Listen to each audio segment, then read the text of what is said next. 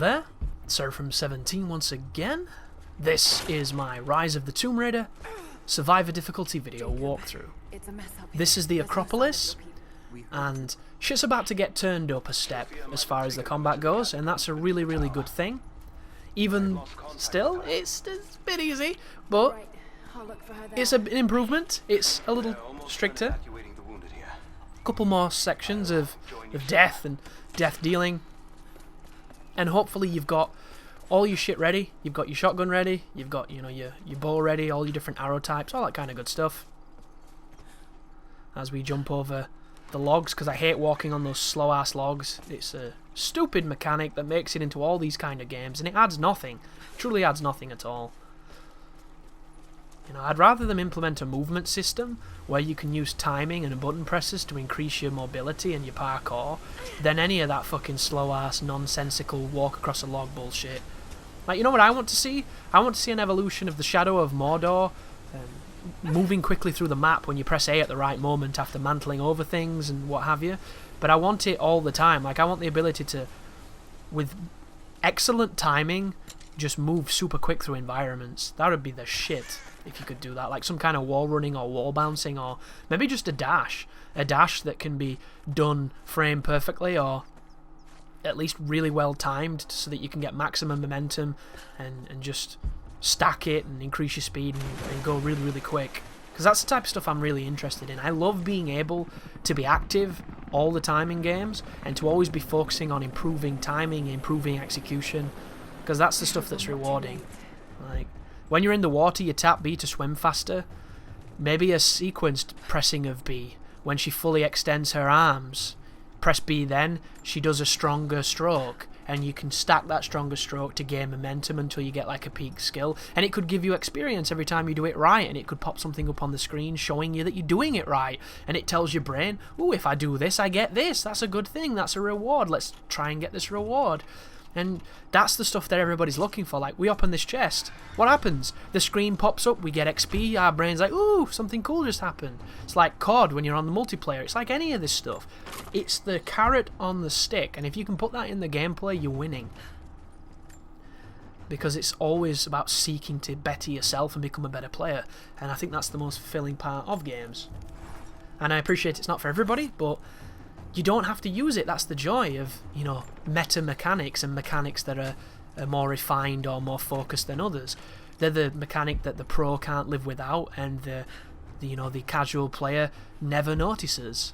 And when I say pro, I don't mean professional as in you do it for a living or there's some kind of competitive scene for it. I just mean, you know, the person, I should have probably said veteran, you know, or more experienced player. The terminology on the internet's a curious thing, isn't it? Everybody wants to call people noobs, everybody wants to call people scrubs, all that kind of stuff. You play a game too much, you're a no-life, basement-dwelling, Dorito-eating phantom monster in a vest. Yet, you play games too little and you're just as bad. You know, you're almost worse. You're this fucking get off our game, you're insulting it kind of mentality, which I always find really funny, considering that gamers are a niche community, even though it's much more widely accepted than it used to be, and it is growing, one of the biggest growing industries in the world, yet we still have this obsession with isolating each other, and instead of striving towards unity and communion, we do everything in our power to distance each other and segregate. Isn't it hilarious that? It's kind of like religion in that way, isn't it? Preaches uniformity and does nothing but say, you can't join our club, fuck you, you're not getting in heaven, you know, you're gonna burn, don't touch your genitals, you'll go blind. Here's a bearded white guy in Jerusalem, follow him. But this is a really cool action sequence. It only works like this if you do it off a restart checkpoint, though, because for some reason when I did it on off the bat when you first get here, this guy saw me kill the other dude because the positioning wasn't quite right. But if you do a restart quickly, the checkpoint's real good. You can then fire an arrow at those guys. There's one guy left, hit him in the head with an arrow, he doesn't know where you are, and that's the end of the fight. So this is a great example of experience and setup overcoming a crazy situation. That would have been a massive fight if we'd have not done it like that, but we did it like that, it works great, and that's a wonderful encounter. I think that's an expertly designed area that you can do something so simple to overcome such strong odds, and I really like it. And then the next few encounters are way worse. And you can't do that, so get it out of your system that you think every fight's going to be like that, because the next few are going to be rougher. But look at all the shit to pick up and to use. Like, what do they expect you to do here? Like, dive around with a shotgun, throwing grenades and stuff. Good luck with that. Although you can do it that way if you want to. But pick all the stuff up. And there's a couple of tricky ones coming forward. Yeah, it is strange though, isn't it, how we don't welcome people to something. Instead of thinking like it's going to make the following and the community stronger and bigger and more wildly known, instead we're like, no, we want to stay small. We're like those people that want to like a band before everyone else likes a band, and then as soon as everybody likes said band, they just, oh no, I can't like this band anymore because it's way too mainstream. Like, but what if the music's good? Why are you being such a fucking weirdo? So that was interesting. This guy has the single shot rifle, which means that he's a cream puff. Interesting to say as well, you know that right there? You know, if I'd have restarted when he saw me during the execution, the timing would have been right for me to come down into the basement just like I did then, kill the first one, and he would not have seen me. But because of the difference in the pattern, that's why that happened like it did. So just a little information for you. This is another great room too. So stab this dude, and all you need to do is... what I'm going to do is I'm going to fire a sleeping gas arrow at the two people, and then I'm going to stab the guy to my right in the neck. And I'm going to do it in sequence, so that as soon as I loose the arrow, I'm immediately going after the other dude. But I think what I'm going to do at the moment is I'm going to look for a Molotov, because I'm almost certain there are Molotovs here. Yeah, there's one there. So I might not use a sleeping arrow, I might use a Molotov, and then I'll stab the guy in the neck. See? So much choice. It's entirely up to you. How you want to deal murder is your proclivity. So, murder those guys, stab this guy. And then you've done it. And did you see what just happened? I didn't actually need to stab that guy, I don't think. I think the fire hit him because of oil leaks or something on the floor. He was on fire as well. And I love the fire effects in this game. They look really, really good. All the particles, all the cinders, the embers, just, it really makes it look nice. And a lot, especially with the lighting. Like, the lighting on this game is so nice, considering it's an Xbox One. And you might be like, well, it's a next-gen console, but come on, guys, let's be honest here. The next-gen consoles, at this moment in time, are not hitting their stride. They're not being impressive. They're essentially a joke at the moment, but they are getting better. And in 3 to 4 years' time, they're going to be so much better than they are right now. But as it stands, if you have a decent PC, you're already getting better performance. So there's nothing to be complimentary about, because at the end of the day, we paid a lot of money for machines that are barely doing anything that much more impressive than what the last generation did. Do they look nicer? Definitely. Do they play better? Fuck no. They can't get the bloody pants up when it comes to frame rate, and it's sad. But we will get there, and we just need to be a little bit more patient as you fire one arrow in this room and it skips to a cutscene. There you go. Easy peasy stuff. So at this point, on my first playthrough, I had the underslung grenade launcher on my assault rifle, and it's a really useful tool. It's not necessary, and I'm not going to use it in this entire walkthrough, but I did have it, so it gave me extra output when it comes to my offense. And there's a moment coming up here where they want you to blow up a door where two of your teammates are trying to open it, and the game wants you to use the bow because you find the explosive arrowhead and you get to Rambo 3 it. And if you do that, Lara warns them to move away from the door, and they move away. But if you use the assault rifle, she doesn't warn them, so you can blow it up with a grenade and they do not die, you do not fail, and nobody bats an eye. But they stand there, they take a grenade to the chest, and everyone's okay with it, which I found really funny when I recorded this, because it was different. But they wanted you to do it a specific way, and I ended up finding a way that you didn't. So it's nice to see that kind of detail.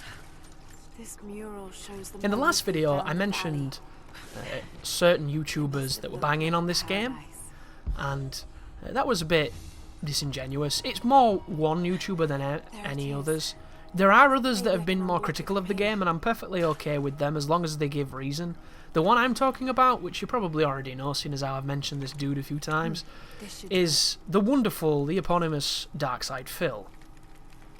So if you don't know, guys, if you've never heard that name, which is kind of amazing if you've got this far and not come across him. Maybe you've come across him and you didn't know the name, which innocence is truly to be desired in this scenario. But this is a guy who is famous for being infallible. This is a man who never makes mistakes. This is a man who is one of the best gamers in the country and can be good at games if he wants to.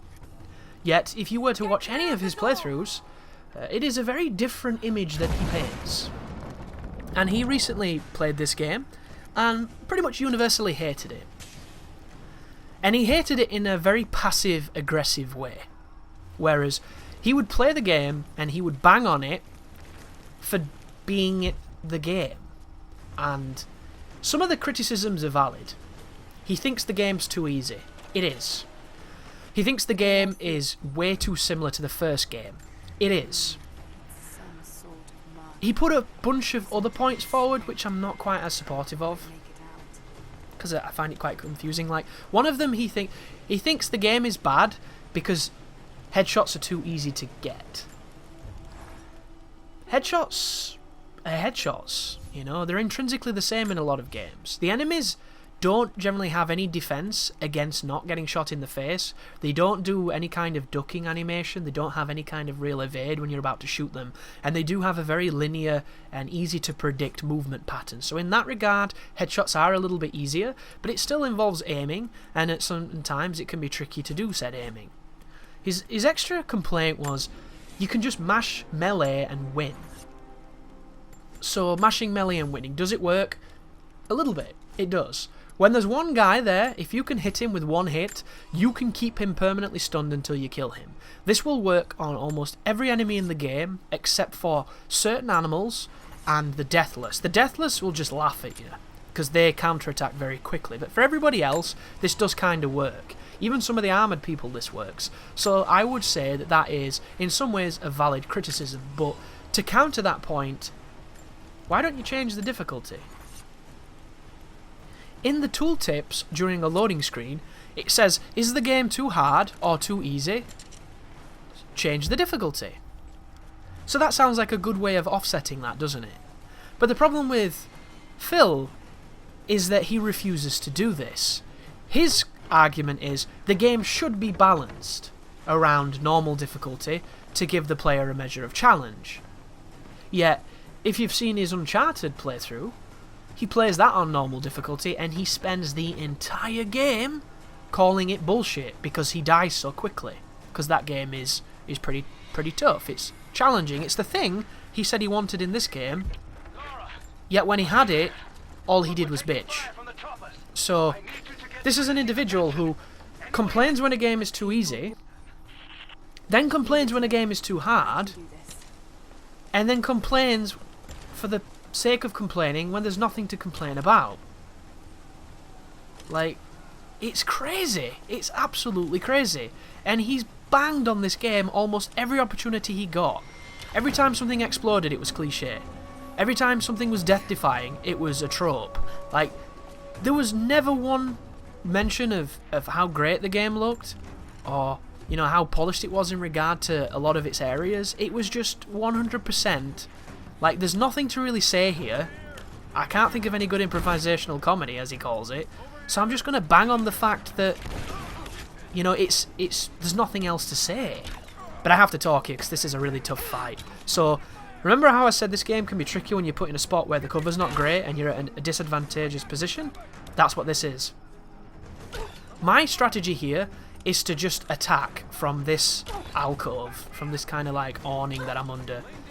And what happens is, if you hug the right hand side of this, the enemies will move to the right hand side, and it will enable you to use the cover trick to peek out and kill them. But any enemy that does not go to that right hand side is a threat, and as you'll notice, I'm one shot away from death right now, so I have to make these shots count, because if I don't, I'm dead. The good news is, after this fight ends, it's going to heal me up to just blood on my screen, because the next encounter is quite some distance away, so it thinks we're not in a combative state. So as soon as you get the healing, it means you're okay. But you'll notice this entire room is flooded with explosive arrows because the game wants you to use them. So feel free to use them so that you can get them back and you're not wasting other resources. But be warned, even though it's a big quiver full of arrows, it will only give you 1 explosive arrow, so don't go nuts using 10 arrows and then expect to refill them on 1 or 2 at a time. I did that in my first playthrough, so just be aware that you don't get that many back. But the encounters coming up are not that dense that you really need to use too many explosive arrows, and I've got some real good strategies to get you through, and chances are you don't even need the strategies because a lot of the fights after this one are pretty simple, except for maybe one, and I've got a really good strat for it. But he was just criticising the game for almost everything, and there's nothing wrong with criticising a game. I think it's necessary. If we all sucked the dick of games, games would never evolve and they would continue to pump out the same game every year with slight twists, a la this Call of Duty cycle that we're in, this Assassin's Creed cycle that we're in, this entire EA catalogue cycle. And there are people who love that because they're obsessed with those games, and that's perfectly fine. That exists for you. But for the people that are looking for new IPs and looking for innovation and they're looking for gaming to move forward, all this is one massive stagnation. And it's a bad thing. It's a bad thing, and we shouldn't encourage it. Unless you like it. And if you like it, encourage it all you want. That's fine. So, to bang on a game is fine if it's got a valid point. And that doesn't even mean that it has to be 100% true, because a lot of people's arguments against certain facets of games are subjective. They're your personal opinion. Like when I tell you I feel this game doesn't have enough combat, that doesn't mean that that's 100% fact. Because this game has combat, it has a decent measure of it, it's just of what I was expecting, there's not enough. I thought there would be a lot more. Because I'm used to third-person shooters where the emphasis is on third-person shooting, and this game doesn't have that, so when the fighting does turn up, it's kind of like, oh, fighting, awesome, I thought we'd do more of this. But that doesn't necessarily mean to somebody's 100% going to believe there's too much fighting in this. They would just like to jump and discover caves and dig up treasure, because that's what that person likes. So when you are to critique something, you have to be of the understanding that not everybody feels that way. Because that is the nature of a critique. It is what you feel is happening in the game. There are certain facets of criticism that you could go as far as to say are objective. If the health in a game takes a certain amount of time to regenerate, or if it doesn't regenerate, you could say, for instance, I think games have a more cohesive health system when they regenerate, rather than what's happening right now, where I walk around with blood on my screen. And the argument here can be, the blood on the screen obscures my vision, and it makes me not enjoy the game as much. The part of that that's opinion, preference, is all of it except for one bit. The vision obscuring. The vision obscuring is objective, because it does. It's designed to do that. So that's the only part of that criticism that is 100% objective. The rest of it is you. But there will be people that will push all of that as if it's fact, and it can be easy to do if you're passionate. You know, I push tons of opinions that sound like I'm making facts, and that's not right at all. Like, a firefight in this game that has 3 enemies is not enough enemies. I would say that is objective, because with the tools that the game gives you, 3 enemies is not enough to put you in any kind of trouble. Name a situation in this game where 3 enemies was enough to hurt you. I showed you earlier on 3 shielded enemies in armor. I killed them all in 1 round. Like, it's not enough.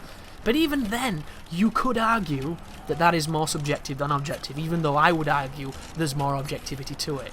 So the thing to take away here, folks, is criticism is inherently you, unless you're hitting on something that you can almost, you know, there's a consensus to agree that it is universal and it is objective, but it's really tricky to do. So, when Phil does this where he puts it forward as fact, he puts it forward as if he's trying to be objective, when he's really not. But he believes he is, and you never underestimate the power of belief, you know. It's an amazing thing. It's done a lot of damage to this world. It's done a lot of good. It all depends on perspective once again. So when he's pushing this criticism forward, he's then insulting all these people who reviewed this game highly, because he's like, what did they play? Almost like the game is bad. And then at the end of his playthrough, he goes on to say that the game's not bad. Like, what the fuck? You just spent the entire playthrough shitting on it. The game's not bad. You know, it's just average. Like, it's not bad. The guy baffles my fucking mind. It's hilarious. He flip-flops all over the place. He attacks games, and then afterwards, like, I really enjoyed it. Like, how? When? What part of this is you enjoying it? When you're shitting on the dev? When you're shitting on the game? When you're calling it bugged when it's you? Like, what the fuck? So to lead on to the final argument in his repertoire, it's too similar to the first game. They've improved nothing. The combat in this game is shitty, even though it's identical to the first game. Like, everything is bad and worse and too similar to the first game. They've improved nothing. They've inspired to do nothing. Like, it's almost intrinsically the same game. Yet, he put Assassin's Creed Syndicate on his Game of the Year list. This is the same game as the first one. That's only 2 games in their franchise. That's 2 games. The establishing game, the sequel that builds upon the principles and refines the good parts. Everything a sequel should be. Yet to him, this is bad. What about COD? What about all those other games I listed? Where's the criticisms of them? Like, it's unbelievable. You can't say that this game is too much like the first game when there's only had 1 game to show you what it's too much like. And in a lot of ways, all the stuff that this shares with the first game is the qualities, is the good things. It's just crazy. And I recommend that if you've never checked this fellow out and you're curious as to what he said, I recommend that you do so. By the way, Molotov here ends that guy. Really challenging. Throw a bomb at him and he's done. And that's the end of that fight. But it's just,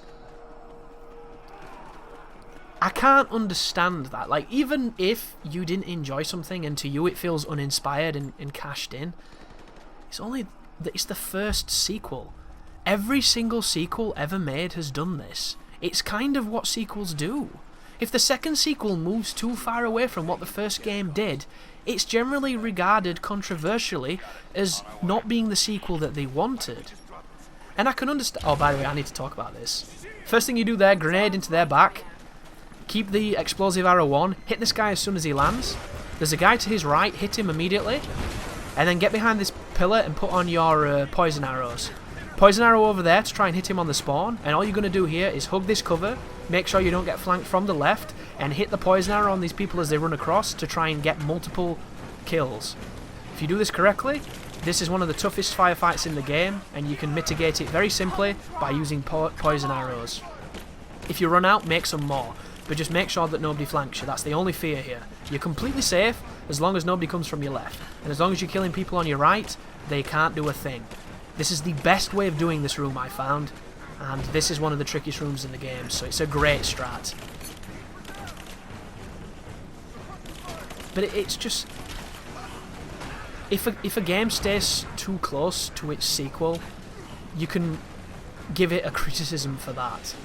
But in a lot of ways, that's what sequels are, by their very nature. They build upon what made the original great, they give you a new environment, they add things to the formula, and they mix it up. And that's exactly what this game has done. And I think, objectively, you could make that statement. This game took the things that it did well in the first game, it put them in a new setting, and it added certain varieties to those mechanics to enhance them. None of them were... Oh, by the way, watch that. See that? How did I not get shot? I should have had more arrows then, and I could have just fired an arrow at the beginning and got rid of them. But because I didn't, I had to evade, I had to make them, and I had to do that. Which looks impressive, and it looks more exciting, but it's way more dangerous. So make sure you have an arrow going into the end of that checkpoint, and you can take on those 2 heavy guys. But that was a pretty combat-heavy level, and as you saw, there was, 5 encounters? So it's still pretty light, even though that is quite a dense mission for this game. But thank you for watching, guys, and you take care now.